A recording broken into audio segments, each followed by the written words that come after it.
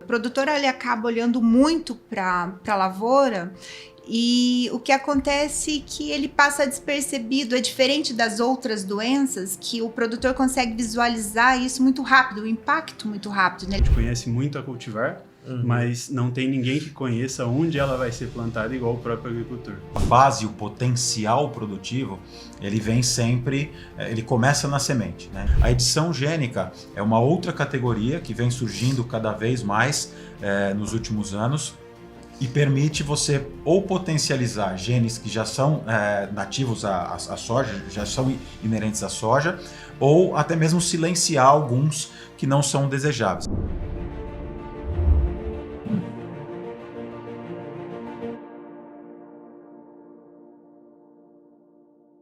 Olá, bem-vindo, bem-vinda ao nosso podcast DNA Dom Mário. Você é agroempresário, agroinvestidor de todo o nosso Brasil, acompanha em multiplataformas informações sobre ter alta performance, né? E claro, investir cada vez mais em tecnologia. Eu sou Pedro Costa e a gente segue aqui juntos trazendo muitas informações, porque nosso tema de hoje é com certeza algo que sempre fica na dúvida, não só de quem investe, mas de quem também trabalha dentro do campo, né? Porque estamos falando sobre sanidade, biotecnologia, evolução genética, como todo esse posicionamento técnico se comprime e passa a ter um peso decisivo para quem investe em alta performance, em genética de alta performance. Por isso nós temos mais uma vez um time de peso aqui para debater e apresentar uma segunda opinião para quem acompanha o nosso podcast. Bom, vou começar então, primeiro, exercer o nosso cavalheirismo. Neucimara Ribeiro, gerente de sanidade da GDM, já está compondo aqui a mesa com a gente. Seja muito bem-vinda. Muito prazer, é um prazer estar aqui com todos. Prazer. Obrigada pelo convite. Prazer é todo nosso. Bom, ao meu lado está o Eduardo Andrade, supervisor de desenvolvimento de produtos da GDM. Eduardo, bem-vindo. Olá, muito obrigado. É um prazer estar aqui hoje com vocês, nessa mesa bem representada por nós. Com certeza. E aqui também André Luiz Buran, diretor de estratégia e biotecnologia da GDM. Buran, bem-vindo. Olá, obrigado pelo convite e obrigado a todos que estão acompanhando aí. Espero que a gente possa contribuir um pouco com informações que ajude o produtor a ser bem sucedido. Com certeza, porque esse é o papel aqui, né? Levar informação que é um insumo fundamental para quem quer seguir produzindo com alta tecnologia e também com alta performance, que esse é o papel aqui do DNA Dom Mário, nosso podcast. E por isso a gente começa já abrindo, falando sobre a sanidade, né, pessoal? Passou aí por pilares de rentabilidade, ela é algo importantíssimo, melhor dizendo. Vamos falar sobre os nematóides, que segue como um dos maiores fatores, né, de perda invisível. Neucimara, vamos conversar contigo. Quando a gente fala sobre perdas, né, ocultas na soja, o nematóide segue entre outros principais gargalos produtivos do nosso Brasil? Com certeza, hoje o nematóide ainda passa por muito... por invisível, né, para o produtor. O produtor ele acaba olhando muito para a lavoura e o que acontece é que ele passa despercebido, é diferente das outras doenças, que o produtor consegue visualizar isso muito rápido, o impacto muito rápido, né? Ele consegue ver as folhas com os problemas, né? Quando é uma mancha-alvo, por exemplo, uma ferrugem. Quando ele tem um problema de fitófora, por exemplo, ele já vai visualizar a morte de plantas, os sintomas. O nematóide não, ele acaba agindo mais abaixo do solo, lá nas raízes, e demora para que esses sintomas sejam percebido, né? Então, às vezes, as populações precisam estar muito elevadas para que ele consiga visualizar esses sintomas, mas não é que não esteja causando perda, já está causando perda, né? Aquela perda silenciosa. Eu digo sempre que o nematóide ele é aquele sócio meio preguiçoso, assim, do produtor, né? Que ele fica ali e só vem no dia do pagamento da divisão ali para pegar a parte dele, né? O nematóide, ele costuma ser muito, muito desse lado, ele vai ali silenciosamente levando fazendo com que perda, né, a perda de produção. Exatamente. E nesse ponto também, né, é interessante a gente olhar o histórico. Né? O histórico da área diz muito sobre isso. Né? Chamando o Eduardo aqui já para o nosso bate-papo, o histórico sanitário da área deve aí entrar como uma definição no posicionamento dessas cultivares que são ali implantadas? Com certeza, Pedro. Hoje a gente olha para os agricultores do Brasil, cada vez mais a gente tem uma tecnificação acontecendo. Então, procurando histórico, minimizando perdas, como a Nelcimara bem falou. E esse histórico é um dos principais pilares, eu acho que vai impactar diretamente na tomada de decisão. Nós, como Dom Mário, como GDM, sempre prezamos muito pela transparência e efetividade da transferência. Então, queremos que essas informações de resistência, de tolerância a nematóides e doenças, por assim em diante, cheguem no produtor para que contribuam cada vez mais realmente com essa tomada de decisão, visando o conhecimento dele já da área, né? Porque o que a gente sempre brinca, a gente posiciona porque a gente conhece muito a cultivar, mas não tem ninguém que conheça onde ela vai ser plantada igual o próprio agricultor. Então, isso é muito importante, ele ter ciência e estar bem claro para aí sim tomar a melhor decisão do que vai seguir na safra. Agora, além dessa questão, né, do conhecimento da área, tem um ponto interessante que é a questão da inovação, né? Aí a gente entra com o Buran falando sobre a questão dessas tecnologias, né? O que hoje nós podemos olhar que tem maior potencial para reduzir esses riscos sanitários, né? Não só nas próximas safras, mas nesse olhar que nós estamos olhando na questão de novas tecnologias, daquilo que tem sido trabalhado, porque a gente sabe que uma tecnologia, ela não cria do nada, ela é um histórico, ela precisa ser elaborada e pensada principalmente lá na frente, porque o que a gente cria hoje nem sempre é o que lá na frente a gente vai poder utilizar de novo, é sempre esse olhar, né, para o futuro. Não, legal, Pedro. Acho que é importante a gente ressaltar, né, que os agricultores eles sempre estão lidando com vários desafios na sua lavoura, nas suas áreas, né? Mas a gente acredita muito que a base, o potencial produtivo, ele vem sempre, ele começa na semente, né? Então, o potencial genético, o potencial daquele germoplasma, bem posicionado e bem protegido, ele vai dar a máxima produtividade para os agricultores.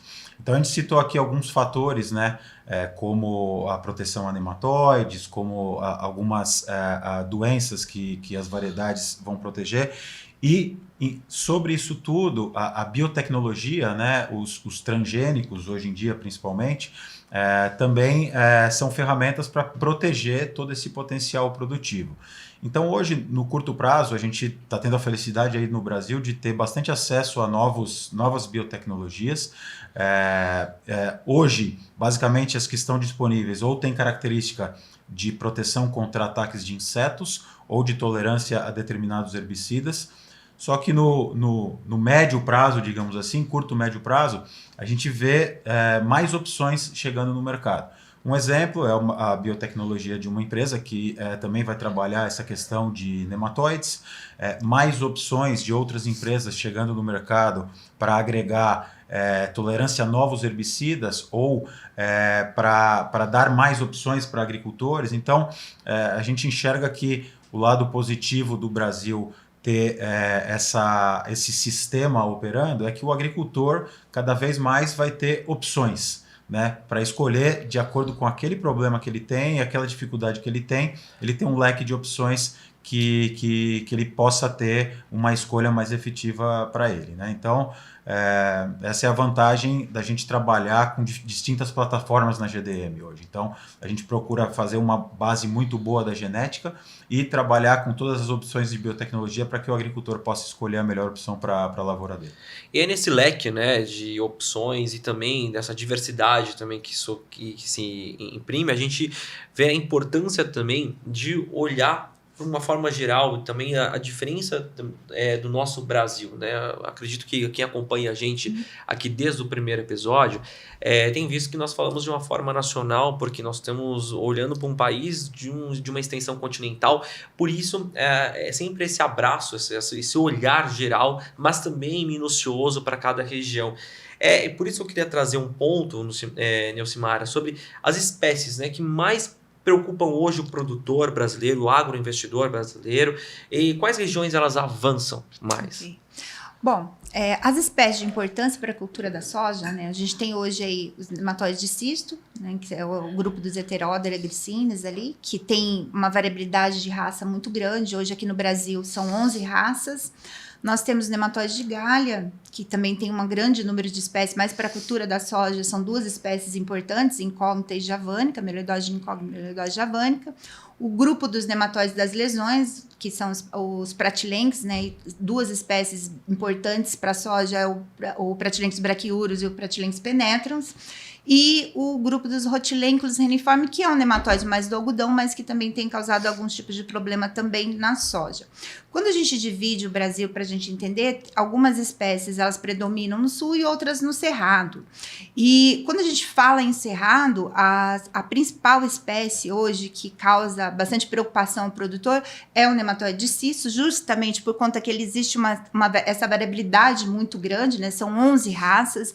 Hoje eu vejo assim que nós no Brasil a gente está muito mais preparado, até mesmo se a gente olhar para os Estados Unidos. Hoje nós temos fontes de resistência muito efetivas, tem fontes de resistência que traz até praticamente uma imunidade para essas raças de nematóides de cisto, né? Então, assim, ele é importante, ele é bastante importante. A gente tem como fazer o controle com cultivares existentes. Às vezes a gente não consegue ter todas as variedades em todos os GMs que consiga atender essas raças, né? Tem uma grande preocupação, principalmente com raça 2 e raça 4, em algumas regiões do Mato Grosso, principalmente na região de Primavera, a região de Campo Novo, ali traz uma preocupação muito grande com essas raças, porque são raças que são mais difíceis da gente encontrar variedades resistentes para elas, né? E às vezes a gente até consegue, todos os programas, tem muitos programas que trabalham com isso, mas a fonte de resistência para essas variedades, ela acabam derrubando um pouquinho a produtividade. Então, por isso, dessa dificuldade de encontrar variedades resistentes para essas raças. Não que a gente não encontre, mas que às vezes não tem essa resistência para essa variedade, né? Não tem uma produtividade tão efetivas assim para essas raças, né? Então, o nematóide de cisto é uma grande preocupação do produtor do cerrado. Um outro nematóide que ele não causa, ele não tem o potencial de dano que tem um cisto, é o Pratylenchus, né? O Pratylenchus brachiurus, hoje, na verdade, tem 2 espécies bem importantes que acontecem falando em Mato Grosso, Pratylenchus brachiurus. Quando a gente fala um pouquinho mais ali para o Tocantins, também a gente acaba tendo penetras que aparecem um pouco mais. Esse nematóide, ele não tem o potencial de dano quanto o nematóide de cisto, mas o que implica a dificuldade que ele tem é que a gente não tem fontes de resistência. Todas as fontes de resistências, elas não existem, os materiais são suscetíveis, né? E o controle do Pratylenchus acaba fazendo com que o produtor precise optar por culturas que não tragam tanta rentabilidade quanto uma Crotalaria spectabile, uma Crotalaria ocoroleuca e um estilosante. São culturas que não trazem uma rentabilidade para o produtor. O nematóide de cisto, ele já é um nematóide que ele tem esse potencial, mas ele é nematóide de cisto da soja. Então, o controle dele é muito mais fácil. Mesmo assim, o produtor não precisaria nem talvez ficar muito preocupado com que raça que ele tem lá. Ele precisa só fazer o manejo, né? Então, entrar com uma sucessão de cultura. Por exemplo, se ele faz um milho safra, que eu sei que é meio complicado no cerrado, mas assim, o milho safra, ele reduziria essa população em torno de 80% dessa população no campo. Se ele fizer uma safrinha, pelo menos 50% disso, pelo menos em torno de uns 40% ele vai fazer redução, né? Então, assim, é muito mais fácil. Já no caso do Pratylenchus, apesar dele não ter esse potencial de dano, a gente não consegue fazer o controle, porque todas as culturas, ele acaba multiplicando. Então, às vezes, para a população baixar, ela, na verdade, aumenta. Então, tem esse complicador. Um outro terceiro grupo para o cerrado é os nematóides de galha. Mas os nematóides de galha têm algumas fontes, não são fontes tão boas quanto existe para cisto, que algumas que trazem até imunidade, mas elas têm algumas fontes que trazem uma certa tolerância. E também tem opções de você fazer uma rotação e conseguir reduzir essa população, por exemplo, com nematóides com uma braquiária, por exemplo, ajuda a reduzir. Alguns híbridos de milho têm um fator mais baixo, outros um pouco maiores. Então, tem não é tantas opções, mas ele tem opções muito mais interessantes do que teria para um Pratylenchus. Quando a gente fala em sul, o sul ainda assim, ainda tem muito mito que não se tem nematóide, mas existe nematóide. A gente encontra, por exemplo, o nematóide de cisto no Rio Grande do Sul, mas as populações não são tão elevadas, né? O problema maior no sul seria um Pratylenchus, e também algumas espécies de nematóide de galha. Mas o problema no sul é um pouco mais tranquilo do que cerrado quando se fala em nematóide. Perfeito, é um panorama aqui, né, que você trouxe pra gente que traz um raio-x, né, de realidades distintas, mas com problemas que acabam levando um peso para cada um que investe em cada região. Né? Por isso eu queria trazer agora um fator interessante sobre novamente a gente introduziu a tecnologia aqui no nosso bate-papo, mas é importante falar sobre novamente como essas biotecnologias elas vão impactar. Né? Por isso eu queria trazer novamente como é que essas biotecnologias vão impactar, por exemplo, as próximas safras, inclusive de soja.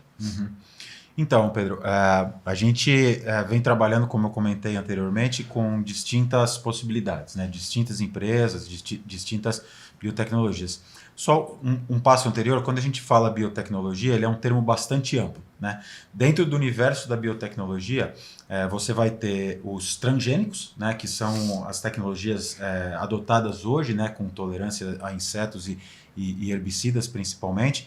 E você tem uma nova categoria hoje, que também está dentro do espectro da biotecnologia, que é a edição gênica. Né? A edição gênica é uma outra categoria que vem surgindo cada vez mais nos últimos anos e permite você ou potencializar genes que já são nativos à soja, já são inerentes à soja, ou até mesmo silenciar alguns que não são desejáveis. Então, vou dar um exemplo aqui. A GDM tem investido bastante em descobrir quais são aqueles genes dentro do genoma da soja responsáveis, por exemplo, pelo aumento de produtividade ou pela tolerância a determinada doença. Se você consegue fazer isso e digamos assim, e ajustando a intensidade desses genes, seja para mais ou para menos, dentro do germoplasma, você traz uma nova possibilidade dentro da biotecnologia, através da edição gênica, que é um gene já nativo daquela planta, diferente do transgênico, que é um gene que vem de uma outra espécie. As duas são ferramentas muito boas, né? Então, os transgênicos têm um papel muito importante na agricultura tropical, principalmente, que é a que a gente tem aqui no Brasil, e vão continuar tendo. E nos próximos anos, como você perguntou, né, eu vejo que a edição gênica vai ganhar cada vez mais espaço e complementar essas características que hoje vêm através dos transgênicos. Então, a gente tem apostado bastante também na edição gênica para trazer benefícios para o agricultor brasileiro. Interessante você trazer isso, né? Mostrando que, inclusive, esse olhar criterioso para frente, principalmente quando a gente fala sobre soja, né? Como é que essas tecnologias, inclusive, Eduardo, aproveitando muito que o Buran colocou aqui, também que a Nilcimar que fez um excelente panorama para a gente trazer, essas tecnologias são traduzidas, né, na prática para o campo, respeitando, né, respectivamente para cada região e também o ambiente produtivo que ela é inserida. Não, muito bacana. Eu acho, como o Buran muito bem comentou, todas essas biotecnologias e estratégias de manejo vêm para defender o potencial genético de cada variedade. Então, a gente sabe que quem vai estar do começo do dia do plantio até a colheita com o agricultor é a genética, é a variedade. Então, tudo que a gente faz é para zelar, para proteger e para garantir esse potencial produtivo.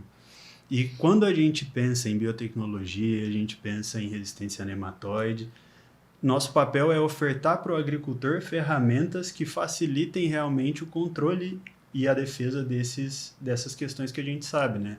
Cada ano mais o sistema de produção vem se intensificando muito, tudo vem acontecendo muito rápido e de forma muito extensiva. Então, tudo isso que a gente tem é olhar para fora também, pensar no agricultor e traduzir todas essas necessidades que ele tem, seja de planta daninha, seja de pragas, seja de doenças ou de nematóides, e garantir isso. Então, para mim, eu acho que a principal mensagem é essa, assim, auxilia muito no manejo, uma vez que a gente precisa defender alguma coisa, seja uma planta daninha, seja uma praga, e isso está aí na mesa para o agricultor escolher. E a gente sempre vai priorizar todas as tecnologias que a gente trabalha, o nosso papel é ofertar o maior potencial produtivo em cada plataforma para que fique aí na mesa para entender e tentar solucionar essa dor que o agricultor vem tendo e cada vez mais vem se intensificando. Nessa questão, né, da gente colocar aqui na mesa as principais ferramentas que estão aí na mão e o momento que a gente precisar, a gente pode acessar. Na questão da sanidade, Nilcimara, onde a tecnologia ajuda e onde o manejo ainda continua sendo um fator decisivo? Do programa, um número muito maior e muito mais assertivo. Então, a gente já consegue ir lá, bem no início do programa, e fazer a seleção. Quero uma variedade que tenha resistência a nematóide. Então, eu consigo trazer isso, né, de uma maneira muito mais assertiva para dentro do programa, né? Então, não precisamos trazer aquele monte de variedades que a gente não sabia se era resistente ou suscetível. Então, a gente já consegue ir lá buscar. Eu quero uma variedade que tenha o gene de resistência para nematóide cisto, por exemplo, nematóide de galha, para uma ferrugem, por exemplo. A gente pode estar trazendo isso e acelerando o processo. Uma outra forma também é utilizar essa tecnologia, a mesma, marcadores ali, para a gente fazer a diagnose de plantas, né? Então, às vezes, a planta morreu lá no campo, a gente olha para aquilo, não sabe se é uma fitófora, se é um pitchum, por exemplo, uma fitófora, um pitchum, um cancro da haste. A gente faz, usando o uso de marcadores, você consegue, de alguma forma, dizer isso de uma forma muito rápida, coisas que, às vezes, antigamente a gente levava 30 dias, hoje em 3 dias você consegue dar o diagnóstico ali. É só coletar, é o prazo de você coletar a planta lá, trazer para o laboratório e a gente fazer a análise, a gente já consegue soltar o laudo. Você consegue, usando tecnologia, você consegue também fazer avaliações de variedades, fazer seleção de variedades usando alguns programas, alguns softwares que antigamente você dava uma nota, por exemplo, assim, para manchar, você ia lá e dava uma nota em quanto que tinha de lesão naquela folha.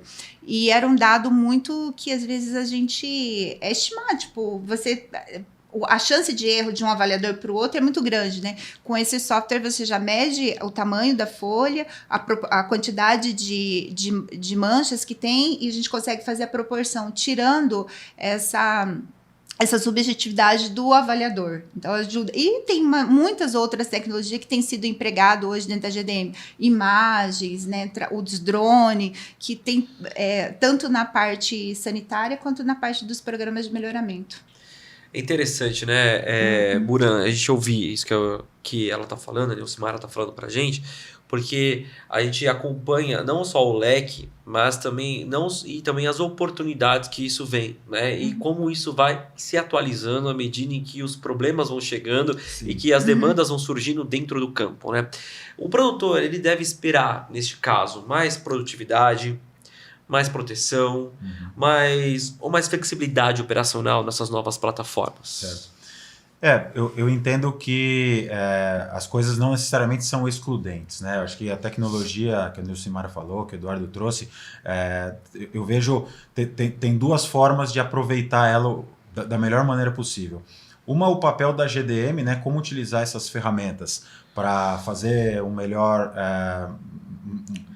avanço de produtos dentro do seu programa de pesquisa, como usar essas ferramentas para posicionar melhor uma variedade de acordo com os ambientes distintos que a gente citou aqui anteriormente. Então, o nosso papel é utilizar essa tecnologia a nosso favor para trazer produtos que potencializem a produtividade para o agricultor. Acho que esse é o principal aspecto que a gente tem como objetivo. Por mais que os outros fatores também são relevantes, a gente não tem dúvida nenhuma que 10 em 10 agricultores, quando vai fazer a escolha de uma variedade, a escolha de um defensivo para proteger o potencial produtivo, ele vai estar olhando produtividade. Obviamente, você tem que considerar o custo-benefício daquilo que no final do dia é a rentabilidade que sobra no bolso do agricultor. Mas a gente está vivendo anos complexos em termos de rentabilidade. Então, se o agricultor não estiver focado em extrair o máximo potencial produtivo daquela área que ele planta, ele já começa o jogo, digamos assim, um pouco defasado. Então, acho que esse é um lado.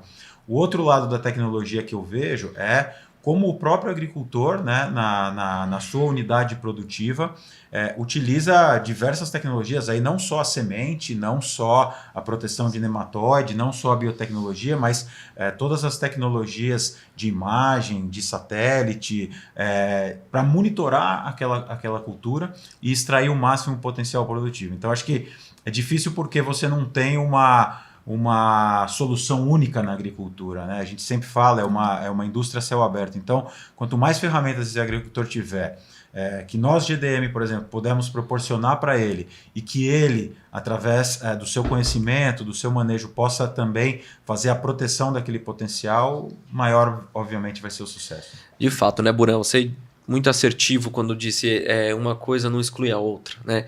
Até porque nós estamos falando de uma escolha de uma cultivar, né? E os fatores ali que ajudam e cooperam para que tenha uma boa eficácia, uma alta produtividade, uma alta performance dentro daquilo que foi escolhido. Por isso, ainda é um fator muito importante, muito decisivo a escolha de uma boa cultivar, ou melhor, de uma excelente cultivar. E nesse ponto, Eduardo, eu queria trazê-lo novamente para a gente olhar o que define hoje um posicionamento correto, né, de uma escolha, de uma cultivar, em ambientes que exigem mais. Não, bacana. Isso a gente acaba voltando naquele assunto do começo, Pedro, que é o conhecimento do agricultor sobre sua área, sobre sua fazenda, que é muito importante. O posicionamento, basicamente, assim, de uma ampla visão, ele vai se apoiar em 3 fatores, né? O ambiente, que isso, como o Buran disse, a gente não controla, é uma indústria a céu aberto, está muito fora das nossas mãos. A genética, isso a gente pode optar na hora da tomada de decisão e conseguir mitigar algum problema que possa ocorrer, e o manejo. Então, esses 2 pilares a gente consegue, de certa forma, escolher e direcionar para realizar um posicionamento um pouco mais efetivo. Então, a gente sabe que a cada ano que se passa, nenhuma safra vem sendo igual a outra. Uma chove menos, outra chove mais, às vezes começa mais cedo a chuva, atrasa bastante. E isso é muito importante correlacionar tudo que o agricultor tem de experiência, tudo que nós temos também de informação, nossos parceiros, para escolher a melhor genética para cada ambiente, para cada situação e extrair ali o seu maior potencial. Quando a gente pensa no portfólio como um todo, hoje não existe um ponto-chave ali para a gente escolher a variedade ou uma variedade que a gente possa elencar num nível territorial muito extenso. Então, a gente tem ferramentas e é muito importante esse conhecimento e direcionamento do posicionamento, seja para uma abertura de semeadura, seja para um ambiente mais exigente, para um ambiente de alta fertilidade, e também isso ir acompanhando muito bem o que o produtor está pensando em investir e qual o retorno esperado. Que hoje a gente sabe que por mais que tenha todos os desafios, o negócio tem que ser rentável, né? E esse eu acho que é a maior dificuldade. E como a gente vai contribuir com isso? Realmente entregando teto produtivo elevado e informação para que isso se traduza no momento do plantio, no momento da colheita, e que o agricultor consiga aí realmente escolher. E esse olhar também dentro da propriedade, né, voltando num ponto que eu acho interessante, até mesmo olhar a diversificação dentro dos talhões também, né? Dentro da propriedade existe uma análise lá dentro que tem que ser feita, porque nem sempre estamos falando do mesmo ambiente, apesar de estarmos na mesma área, né? Esse é um fator que inclusive deixa todo mundo assim intrigado, né? Como também fazer um gerenciamento disso, né? Exato, a gente tem diferenças entre lotes e temos diferenças até intra-lote, né? A gente sabe que a agricultura de precisão cada vez mais vem tentando descer esse tamanho de recomendação, esse tamanho de análise de conhecimento, que realmente a gente sabe, né? Para a maioria dos produtores no Brasil, são detalhes, né? Ele vai aumentar ali o rendimento, ele vai garantir a rentabilidade nos detalhes. Um detalhe que passe ou que às vezes deixa de desejar acaba levando isso de um dia para o outro, né? Exatamente, é um olhar minimalista ali, porque é ali que vai fazer a diferença. E por esse detalhe, né, e um ponto interessante aqui que o Eduardo trouxe também, que é a questão da agricultura de precisão, um termo tão amplo, mas ao mesmo tempo que traz essa singularidade de olhar os detalhes.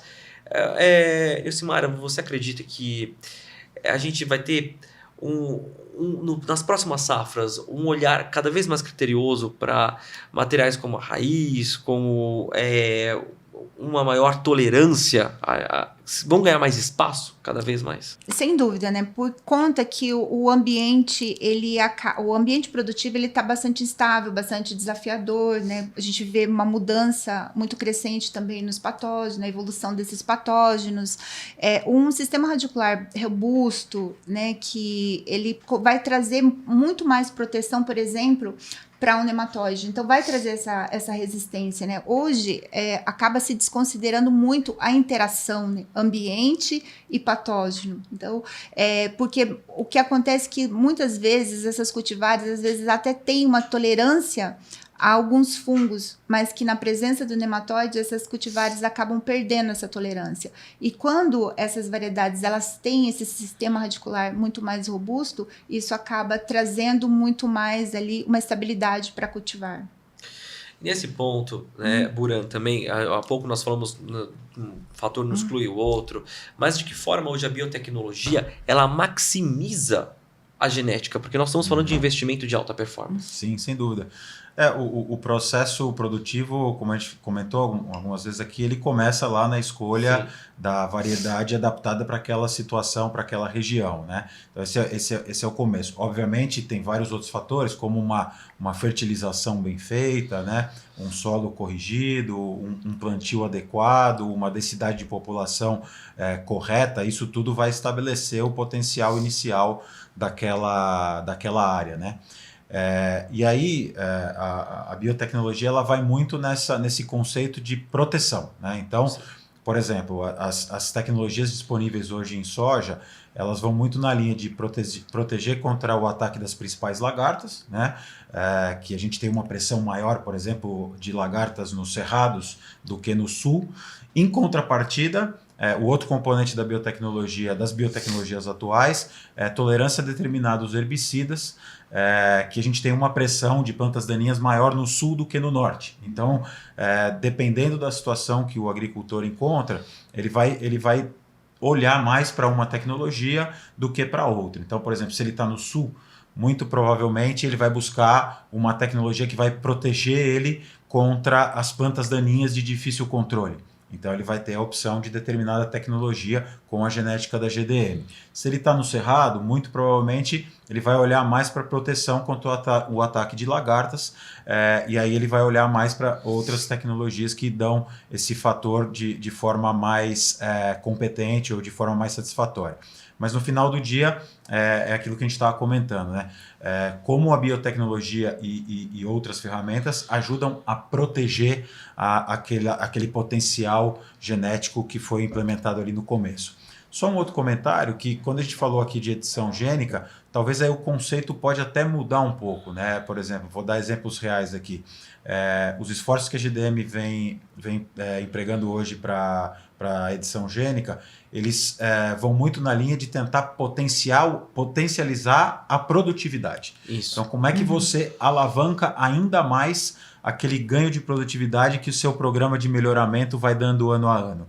Então, a gente sabe que um bom programa de melhoramento genético, ele vai incrementando ano a ano um nível de produtividade, 1,5, 2, depende de cada situação. E a gente está tentando usar a edição gênica para alavancar ainda mais. Então, aí por isso que eu falei que eles são complementares, porque aí não necessariamente é só o conceito da proteção da produtividade. É como você traz ferramentas que vão potencializar e ganhar velocidade nesse ganho genético que você tem ao longo dos últimos anos. E vocês têm percebido, inclusive, isso a campo, né? Queria que vocês trouxessem, inclusive, um pouco mais dessa experiência, né, que vocês têm, para a gente conseguir compreender um pouco mais. Até, Bura, aproveitando que você já estava falando sobre isso, o que você já tem percebido nesse sentido, né? Dando até exemplos já aqui que você acompanha no histórico, né? Trazendo cases já nesse sentido. Perfeito. Se a gente olhar para os últimos anos, né, a gente vai ver que o ganho de produtividade através do lançamento de novas variedades, ele tem sido notório no campo, né?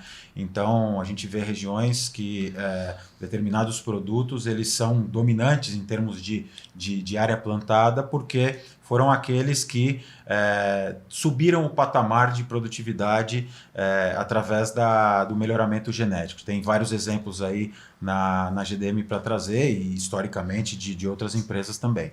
Então acho que isso a gente nota com bastante tranquilidade.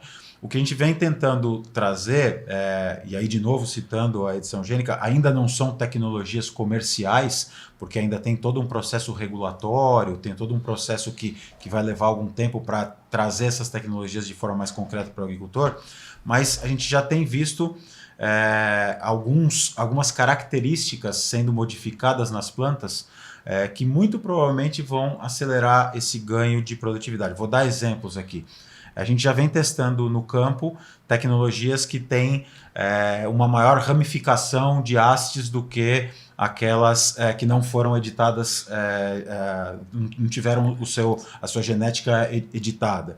A gente vê tecnologias que podem encurtar os entrenós das plantas, fazendo com que eventualmente possa ter um aumento de população que reflita em ganho de produtividade. Então, a gente já começa a ver em soja, de forma bastante real e concreta, alguns exemplos de tecnologias que vão diversificar essas formas que a planta tem de produzir mais. De novo, ainda não é nada comercial, mas vocês podem esperar aí que a GDM vai continuar investindo nisso e nos próximos anos vai estar aí na vanguarda de trazer tecnologias nesse sentido para o agricultor.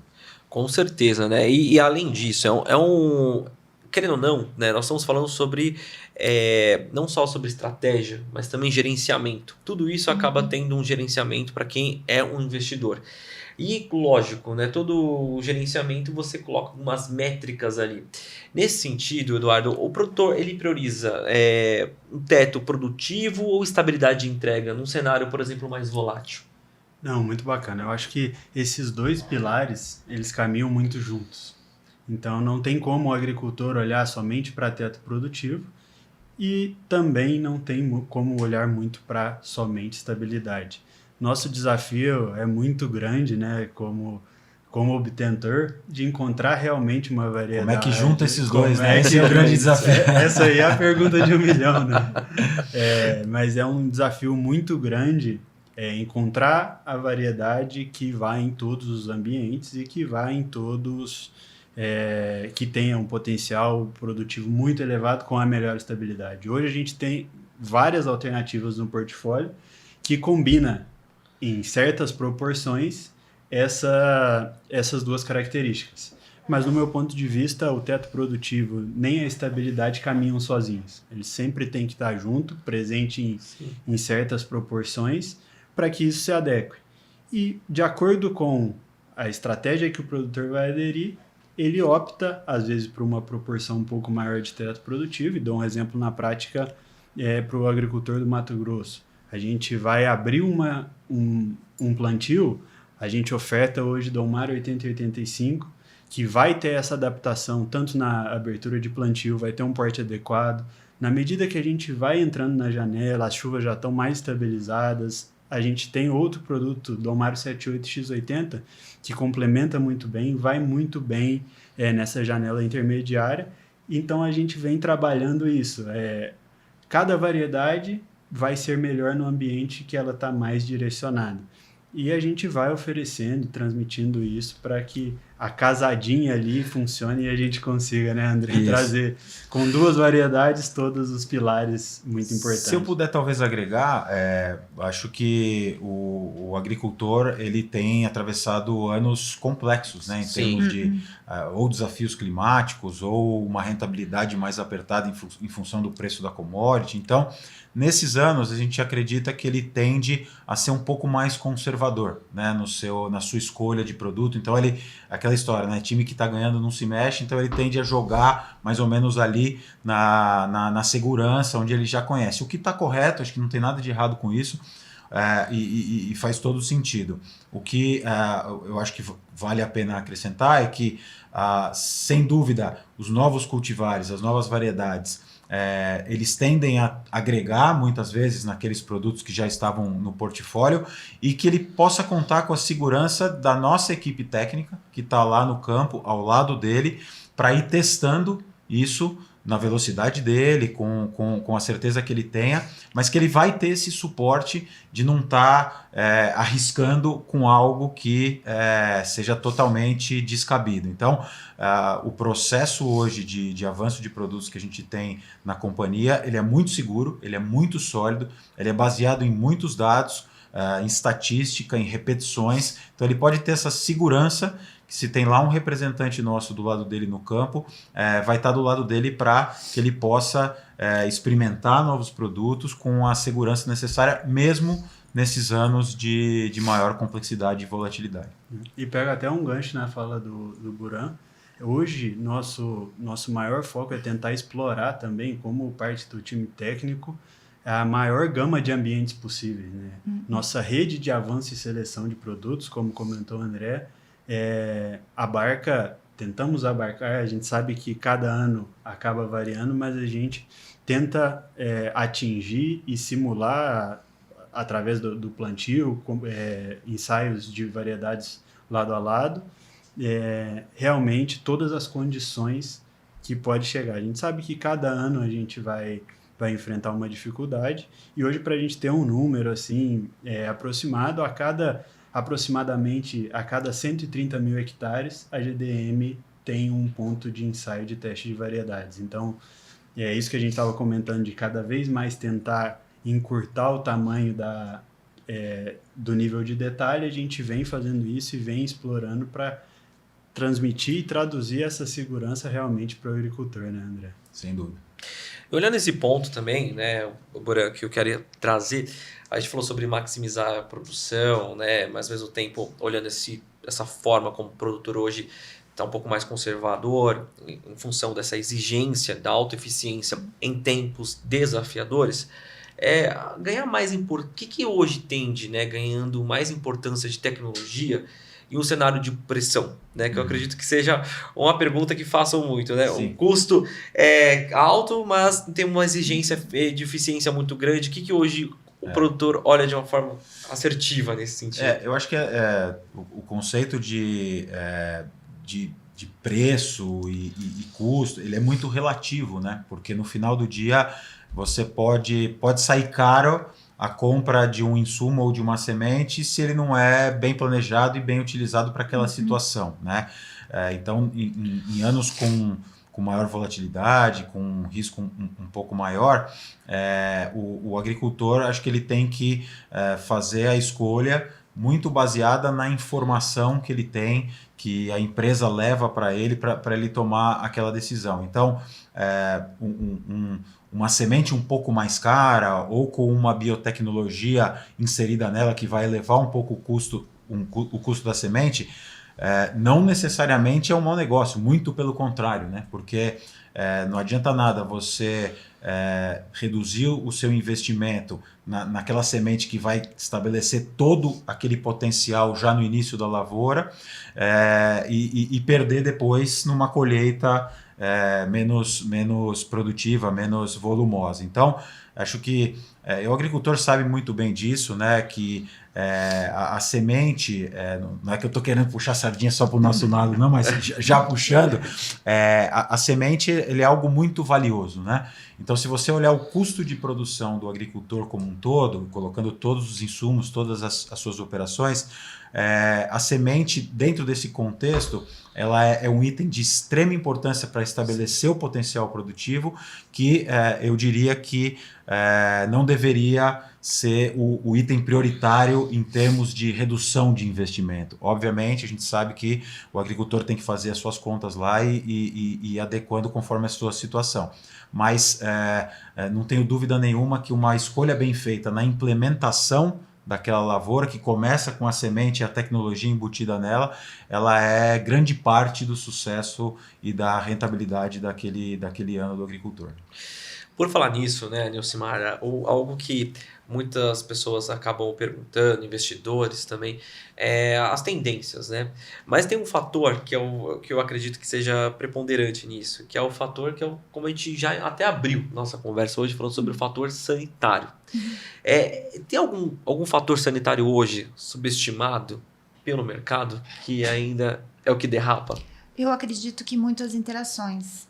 Eu vejo assim que o pessoal ele foca muito, né? Às vezes é uma variedade resistente a nematóide, mas assim esquece a questão dos fungos ali, né? Então eu vejo que eu acho que essas interações elas devem ser mais pensadas, né? Porque tem algumas, como eu já disse, né? Tem algumas variedades que até toleram alguns fungos, mas que acabam não tolerando justamente porque às vezes o nematóide, o produtor, ele acaba não tendo um bom diagnóstico, às vezes ele não conhece, principalmente alguns produtores de algumas regiões que não têm o hábito de fazer análise de nematologia, entender como que estão as populações, saber quais espécies que ele tem lá na área. E às vezes ele acaba colocando a culpa só num fungo de solo, mas não é a questão, o problema não é o fungo de solo, às vezes o problema, na verdade, é a população de nematóide que tem lá. Então, eu acredito que é muito mais não considerar as interações. E reorganizar o sistema produtivo, Isso, né? Que é um fator que é importante nesse ponto, né? Com certeza.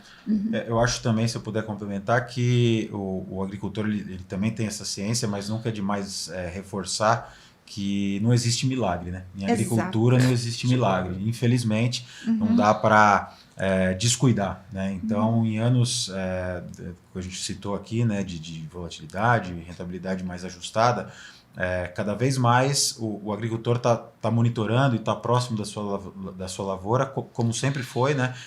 Ganha uma relevância muito grande, porque vão ter anos que vão estar mais pressionados por determinadas doenças de fungos, outros anos mais pressionados por plantas daninhas de difícil controle, outros anos por nematóides.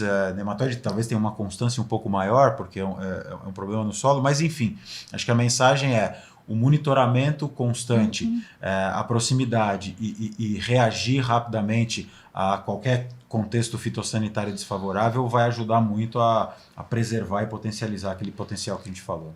E talvez, assim, não só uma ferramenta, né? São várias ferramentas, né? Tipo, o controle do nematóide, ele passa pela variedade, mas ele passa por um bom manejo e ele passa até mesmo, em algumas situações, de você fazer um bom TS também, né? Que ajuda a contribuir, a gente manter a resistência dessa variedade. É o famoso leque que vocês abriram aqui, inclusive, né? Em diversas situações aqui, mostrando essas ferramentas. Além dessa questão, né, que a Nilcimara trouxe pra gente, dessas oportunidades, de diversos pontos que a gente apresentou aqui, tem um fator importante, né, mas que a gente tem que olhar como diferencial entre produtores de alta performance e aqueles que acabam não escolhendo, né, uma boa cultivar. Isso mostra muito o posicionamento que ele se insere, né, Eduardo, principalmente para conseguir garantir tudo isso, porque nós falamos sobre complementariedade, né? Exato. Hoje a gente vem construindo uma mensagem, o agricultor também tem essa ciência que todos os processos têm que ser eficientes. Então, cada vez mais a gente sabe que está estreitando, que está acontecendo uma redução ali da margem, e quanto mais eficiente, mais próximo do campo, mais próximo da realidade o agricultor tiver, mais ele vai conseguir realmente defender isso e vai conseguir estar ali se diferenciando e sendo realmente um agricultor buscando o alto teto produtivo e buscando realmente a eficiência, né? Exatamente, e aí fica a grande curiosidade, né? Eu sou um cara que sou muito apaixonado por tecnologia, por tudo que é de inovação, eu acabo lendo muito sobre isso também. Eu fico olhando lá na frente, né? O que nós ainda vamos ter, o que ainda podemos dizer, essa infinidade de oportunidades que nós estamos olhando, que a grande transformação tecnológica que a soja ainda vai ter, Mura. Eu posso começar aqui, né? Por favor, vamos complementando. Eu acho que a Nilcimara comentou em algum tema anterior que o emprego das tecnologias, né? Porque quando a gente fala tecnologia, é tudo muito amplo, né? Desde a biotecnologia que a gente falou aqui, passando por inteligência artificial, uso de drone, tudo isso no final do dia é tecnologia. A grande pergunta é como a gente utiliza isso em favor do agricultor e da produtividade, né? Então, eu vejo diferentes aplicações. O que a GDM vem inovando e utilizando muito, está muito relacionado nessa velocidade de trazer novos produtos de alta produtividade no mercado, que acho que é um dos grandes papéis que a GDM tem como empresa no mercado brasileiro e da soja aqui que a gente está comentando. Então, como encurtar o tempo entre lançar novos produtos que sejam inovadores e de alta produtividade e estabilidade, para que esse agricultor tenha cada vez mais acesso a saltos produtivos que vão, no final do dia, ser refletidos em rentabilidade. Então, por exemplo, tecnologias como o uso de imagens de drone já estão sendo amplamente aplicadas nas áreas de melhoramento genético.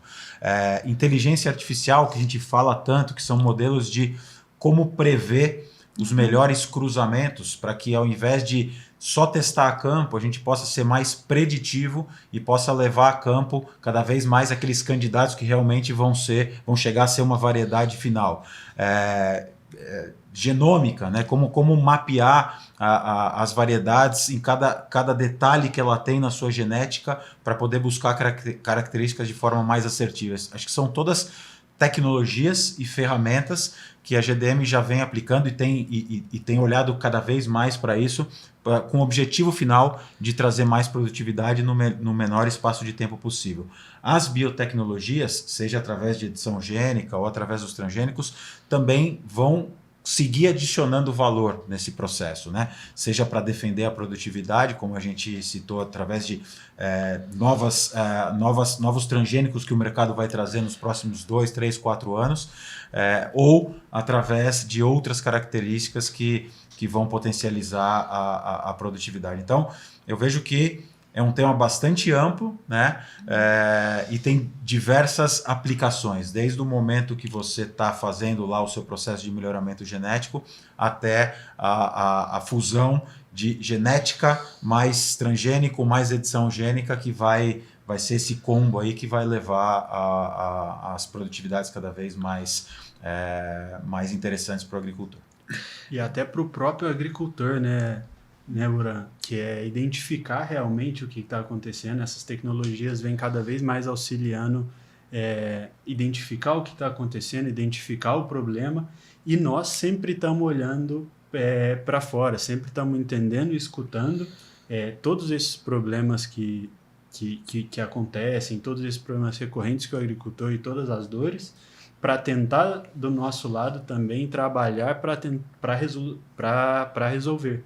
Então, com a identificação, com essa facilidade de transferência de informação, com essa conexão que vem gerando toda a tecnologia, para nós é muito valioso também conseguir captar cada vez mais informação do que está acontecendo realmente ali no campo, no dia a dia do agricultor, para conseguir desenvolver e disponibilizar soluções para ela. Curioso isso, né? Porque mostra não só um trabalho, né, de várias mãos, com ótimas oportunidades em volta, mas uma agricultura de precisão que torna cada vez mais ativa do que reativa. Ela antecipa passos para que lá na frente, sempre olhando um olhar criterioso, minimalista, mas ao mesmo tempo maximizando todo esse potencial produtivo, garantindo segurança e também rentabilidade. Bom, pessoal, nosso bate-papo foi tão bom que a gente não viu nenhum tempo passar aqui, porque, de fato, a gente investiu. Quem está ouvindo a gente agora, né, assistindo em diversas plataformas, investiu o tempo tendo uma aula exatamente sobre pontos que são fundamentais, né, para maximizar ainda mais uma produção que já é de alta performance a partir do investimento de uma cultivar que oferece isso, né, que foi desenvolvida, elaborada para isso. Por isso, Eduardo, muito obrigado pela sua participação, né? Agradecimento e, inclusive, né, um espaço para uma mensagem final. Muito obrigado, agradeço muito o convite, foi um prazer estar aqui, espero que tenhamos agregado um pouquinho, que conseguimos transmitir um pouco, acho que do dia a dia nosso e de tudo que a gente vem pensando para o futuro também. Com certeza. Neucimara, também, muito obrigado, parabéns pelo trabalho que você faz e apresentar aqui uma mensagem final também, o microfone está on. Eu que agradeço aí pelo convite, pela oportunidade. E assim, o que eu deixaria de mensagem para o produtor é que, por mais que a gente tenha muitas tecnologias, nada substitui um bom manejo, né? Que a gente tem que ficar de olho lá, medindo, monitorando as lavouras, sabendo as populações, conhecendo o que tem, principalmente no quesito nematóide. Exatamente. Buran, também. Não, eu queria agradecer a todos que estão aí nos acompanhando, escutando, ouvindo, dependendo da plataforma, e dizer que, sem dúvida nenhuma, vão poder seguir contando com a GDM nessa busca de agregar produtividade para o agricultor, ajudar no posicionamento para que ele cada vez mais siga sendo nosso parceiro, nos escolhendo em sua fazenda como um parceiro de negócio, e que a gente vai estar aqui sempre com esse foco em agregar produtividade para a lavoura dele. Muito obrigado.